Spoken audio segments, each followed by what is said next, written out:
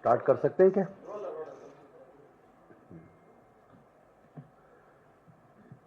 सबसे पहले तो सभी पत्रकार बंधुओं का मैं हार्दिक स्वागत करता हूं। इस चिंता को कवर करने के लिए जो हमारे एआईसीसी के प्रेसिडेंट मल्लिकार्जुन खड़गे जी और हमारे नेता न्याय योद्धा राहुल गांधी जी की जो चिंता देश में दलितों, आदिवासियों, पिछड़ों और माइनॉरिटीज़ के ऊपर जो लगातार हमले हो रहे हैं, उत्पीड़न की घटनाएं खासतौर पर अनुसूचित जाति जनजाति के ऊपर लगातार बढ़ रही हैं और उसमें भी जो भारतीय जनता पार्टी शासित राज्य हैं वहां तो भयंकर तरीके से बढ़ रही हैं। उन घटनाओं के ऊपर सरकारों का रवैया बहुत ही गैर जिम्मेदाराना देखने में आया है और घटनाएं इतनी शर्मनाक हैं जो पूरे देश को शर्मसार करती हैं, पूरी दुनिया के सामने देश की इज्जत को चोट पहुंचाती हैं। मैं कुछ डाटा आपके सामने रख रहा हूं।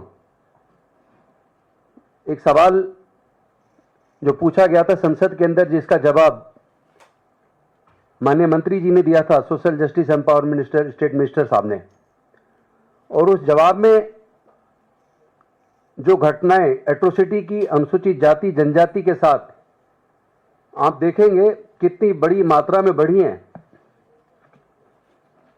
हरियाणा के अंदर 2017 में 762 एट्रोसिटी की घटना थी जो बढ़कर 2021 तक 1628 हो गई हैं। और वैसे भी डाटा 2022 के बाद का भी तक आया नहीं है। ये तो 21 तक का डाटा जो 22 में संसद के बीच में रखा गया, सदन के बीच रखा गया, ये वो डाटा है। मध्य प्रदेश के अंदर 5892 से बढ़ के एक साल की घटनाएं 7214 तक पहुंच गई हैं। महाराष्ट्र में 1689 से बढ़ के 2503 घटनाएं हर साल ये बढ़ गई हैं। ओडिशा में 1669 से बढ़कर 2327 अनुसूचित जाति जनजाति के ऊपर उत्पीड़न की घटनाएं बढ़ गई हैं। राजस्थान के अंदर 4238 से बढ़ के 7524 एट्रोसिटी की घटनाएं बढ़ गई हैं। उत्तर प्रदेश में 11444 से बढ़ के 13146 एक साल में दलित उत्पीड़न की घटनाएं बढ़ गई हैं। उत्तराखंड में 96 से 123 प्रति ईयर एट्रोसिटी की घटनाएं बढ़ गई हैं।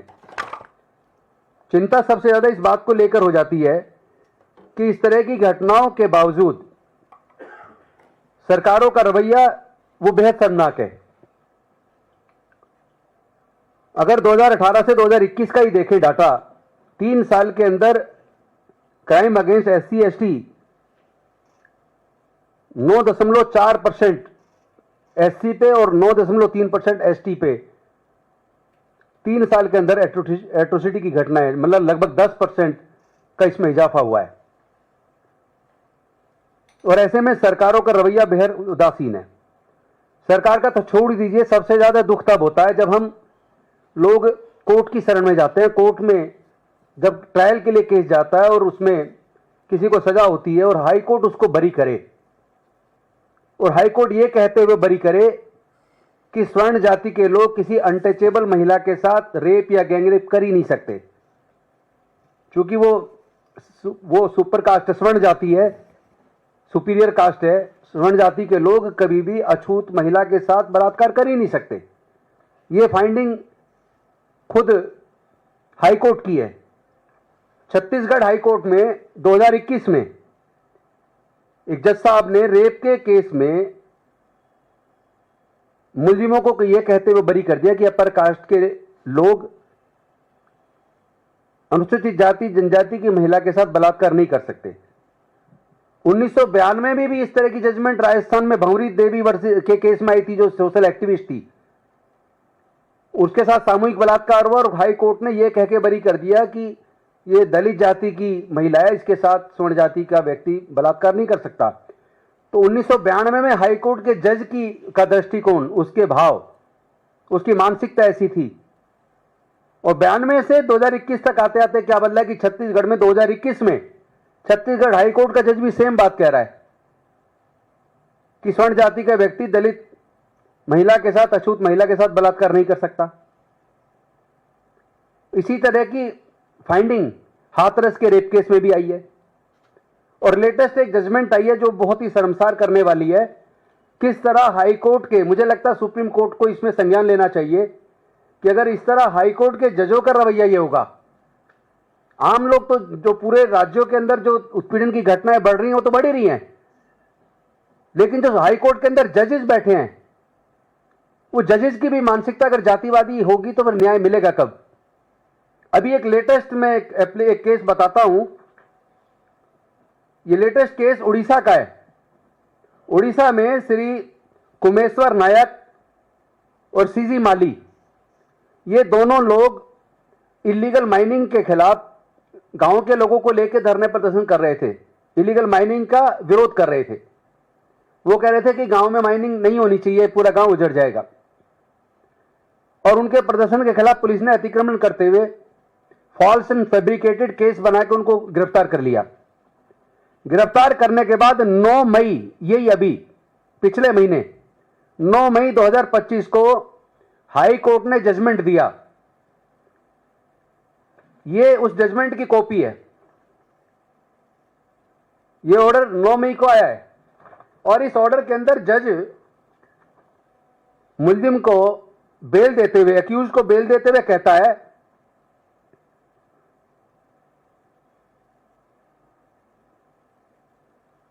श्री कुमेश्वर नायक, सोशल एक्टिविस्ट, इसके बारे में हाईकोर्ट बेल देते हुए कहता है imposed a shocking condition directing him to clean the premises of the Kasipur police station every morning from 6 am to 9 am।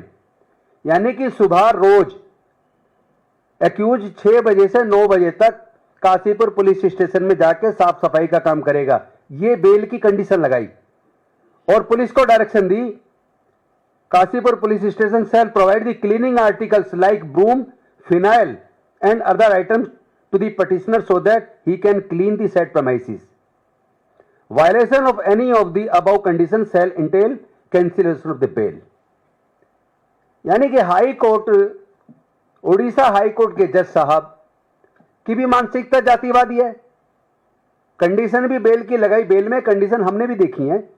Condition ये लगती है कि आप हर सप्ताह आके थाने में हाजिरी दर्ज करेंगे या रोज करेंगे, आप प्रोसिक्यूशन विटनेसेस को आप टेम्पर नहीं करेंगे, हैम्पर नहीं करेंगे, किसी गवाह पे दबाव नहीं डालेंगे, जो एविडेंसेस अवेलेबल है उसको टेम्पर नहीं करेंगे, आप विदेश छोड़ के नहीं जाएंगे, पुलिस परमिशन के बिना आप जिले से नहीं जाएंगे। तो इस तरह की कंडीशंस तो हमने देखी हैं, लेकिन हाई कोर्ट इस तरह की कंडीशन लगाए एक दलित युवक को बेल देते वक्त, और फिर जो कोई एक्यूज्ड है उसको फिर डिस्ट्रिक्ट का एडिशनल डिस्ट्रिक्ट सेशन जज बेल देता है तो वो भी सेम कंडीशन लगाता है। वो भी यही कहता है कि भाई उसको सुबह 6 से 9 बजे तक 3 महीने तक जाके काशीपुर थाने में साफ सफाई का काम करना पड़ेगा।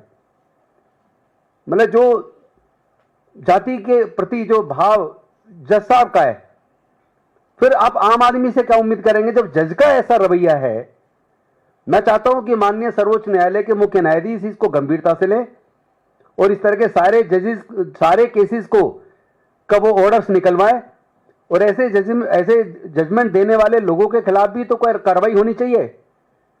ये भी तो संविधान विरोधी ऑर्डर है। संविधान में इस तरह के ऑर्डर करने का प्रोविजन तो नहीं है। और दूसरी दुख की बात यह कि एक के बाद एक, ये एनसीआरबी का डाटा है, 2018 से 2022 तक 35% इजाफा हुआ है एससी एसटी एट्रोसिटीज में। 2018 से 2022 तक 35% एट्रोसिटी की घटनाओं में इजाफा हुआ है। और इसमें यह आ रहा है कि इसमें सबसे ज्यादा एट्रोसिटी, लगभग 26% एट्रोसिटी केवल यूपी में है।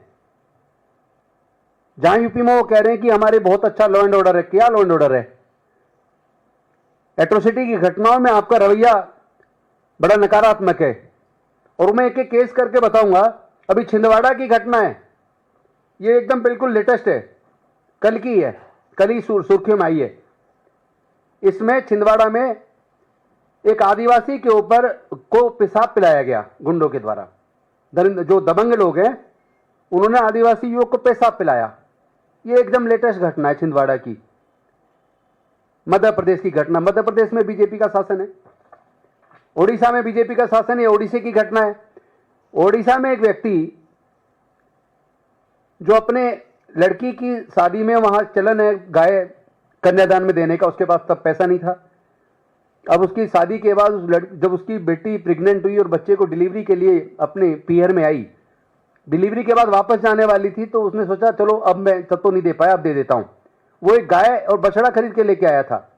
उसको रास्ते में गुंडों ने रोक लिया। उन्होंने कहा कि हम बजरंग दल के हैं और 30,000 रुपए दो। उसने कहा मेरे पास नहीं है, तो उसको बहुत बुरी तरह मारा। 2 लोगों को सर आधा गंजा करके उनको घास खिलाई, गंदा पानी पिलाया और 2 किलोमीटर तक घुटनों के बल उनको चलवाया। उनके घुटने छिल गए। मैं खुद अभी 4 दिन पहले उड़ीसा में उस जगह पीड़ित परिवारों से मिलकर आया हूं। इस तरह की घटनाएं होंगी तो देश एकजुट कैसे रहेगा? एक तरफ आप कहते हैं कि हम सब हिंदू हैं, धर्म खतरे में, और दूसरी तरफ आप उसको अछूत कहते हैं, उसके साथ इनह्यूमन ट्रीटमेंट करते हैं। कहां तो एक तरफ मंगलयान जा रहा है, चंद्रयान जा रहा है, लेकिन सीवर में क्लीन करने के लिए आपके पास कोई मशीन नहीं है। सीवर में आप आज भी उसी दलित को उतारेंगे, सबको पता है उसमें जान जा सकती है।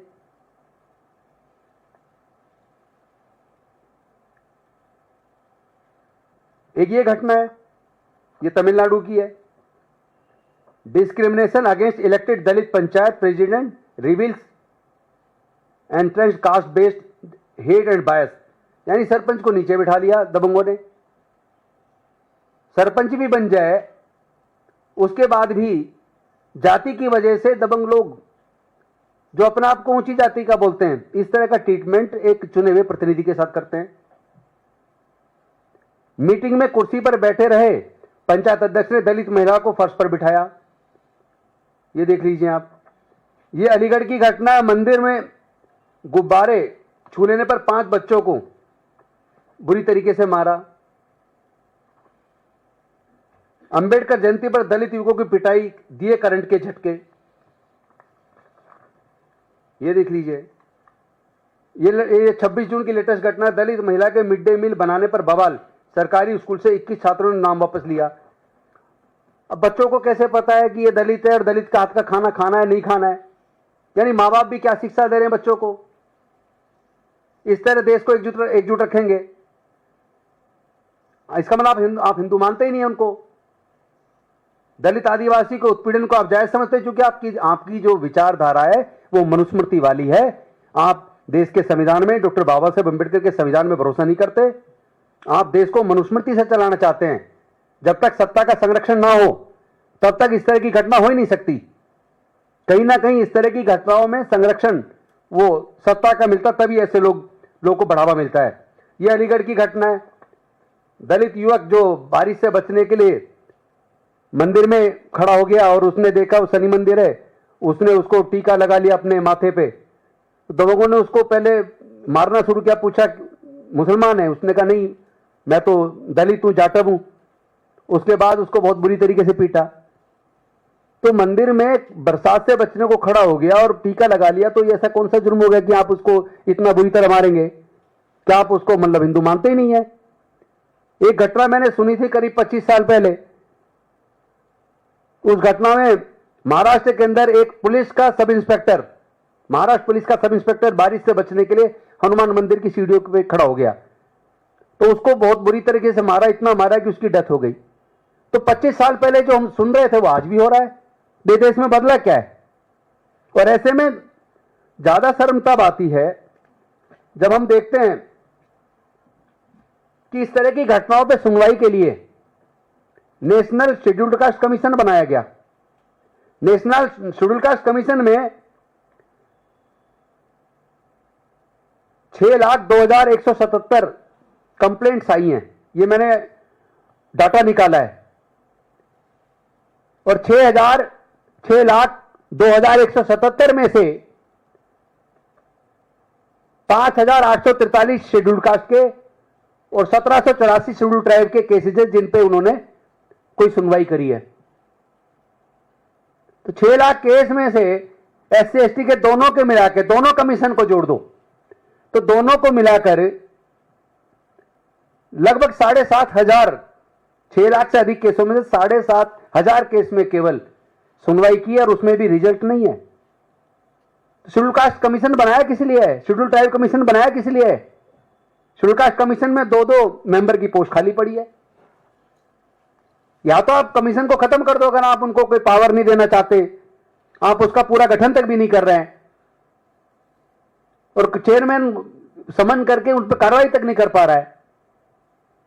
तो मैं ये चाहता हूं कि एक तो हमारे सर्वोच्च न्यायालय के मुख्य न्यायाधीश जितने भी इस तरह की जजमेंट है जिसमें कास्ट बेस्ड एट्रोसिटी के अंदर हाईकोर्ट एक्यूज को यह कह के बरी कर देता है ये अपर कास्ट का है, ये अछूत के साथ बलात्कार कर ही नहीं सकता, या उनकी जजमेंट में जो इस तरह का भाव, जातिवादी भाव नजर आता है, कम से कम ऐसे जजेस के खिलाफ कार्रवाई होनी चाहिए और कोई गाइडलाइन ड्रॉ होनी चाहिए सुप्रीम कोर्ट के माध्यम से, ताकि कोई भी जज वो ये ना भूले कि उनको जो पावर मिली है वो देश के संविधान से मिली है और जज की कोई जाति और धर्म नहीं है। जज को सबूतों के आधार पे, कानून के आधार पर अपना जजमेंट देना है। अगर वो जज जातिगत मानसिकता या धर्म की मानसिकता से बैठेगा तो न्याय क्या देगा? एक तो उस पर हम चाहते हैं कि माननीय सर्वोच्च न्यायालय के मुख्य न्यायाधीश इसको गंभीरता से लें। दूसरा, हम चाहते हैं कि शेड्यूल कास्ट कमीशन को जो संविधान के तहत जो गठित है, जो उसको पावर दी है, वो उसका इस्तेमाल करे, उसका पूरा गठन हो। तीसरा, हम चाहते हैं जितने भी राज्य सरकार हैं वो गंभीर हों। दलित उत्पीड़न को देशद्रोह का मुकदमा ऐसे लोगों पर चलना चाहिए, क्योंकि ये देश को तोड़ने की साजिश है। जब जातिगत उत्पीड़न होगा और जाति की वजह से समाज बटेगा, समाज में नफरत जाति की वजह से फैलेगी, लोगों में भय का एक माहौल तैयार किया जाएगा। मैं खुद एक एडवोकेट के रूप में जब मैं एक टेररिस्ट की डेफिनेशन पढ़ता हूं, टेररिस्ट का मतलब जो टेरर पैदा करे, तो अगर कोई दबंग जाति का व्यक्ति किसी दलित जाति के व्यक्ति को या महिला को मारता, पीटता, उत्पीड़न करता और उसको टेरर पैदा करता है, इट अमाउंट्स टू टेररिज्म। ऐसे लोगों को एक तरीके आतंकवादी के रूप में की तरीके से ट्रीट किया जाना चाहिए, ताकि लोगों में डर पैदा हो कि अगर आप जातिगत उत्पीड़न करेंगे तो आपके खिलाफ देशद्रोह का मुकदमा चल सकता है। ये डर पैदा हो कम से कम, तब जाके हम समझते हैं कि कुछ इस पे दबाव बनेगा ऐसे लोगों पे, ऐसे गुंडों पर जो आए दिन इस तरह की घटनाएं करते हैं। मैं चाहता हूं आपके माध्यम से ये बात सरकार के पास तक भी जानी चाहिए और पूरी देश की जनता तक जानी चाहिए। लोगों को एटलीस्ट समाज में जो अग्रणी लोग हैं, जो बुद्धिजीवी लोग हैं, वो अपना पार्ट प्ले करें, जो सामाजिक संस्थाएं, क्योंकि ऐसी घटनाओं पर मैं देखता हूं आरएसएस की तरफ से भी कोई बयान नहीं आता। इस तरह की घटनाओं के खिलाफ कभी आरएसएस या उसके संगठन, जो सिस्टर कंसर्न संगठन है, वो कभी धरने प्रदर्शन करते नहीं दिखते। तो झूठा प्यार दिखाने की जरूरत नहीं है इन संगठनों को। या तो वो समाज के बीच से इस तरह की नफरत को खत्म करने के लिए आगे आए, अन्यथा इसी तरह चलता रहा देश में, इसी तरह अगर नफरत बढ़ेगी, उत्पीड़न की घटनाएं बढ़ेंगी, तो फिर पूरे समाज को एकजुट रखना बड़ा मुश्किल होगा और ये देश की एकता, अखंडता के लिए भी खतरा होगा। Thank you very much. आपको सवाल पूछना चाहे पूछ सकते हैं।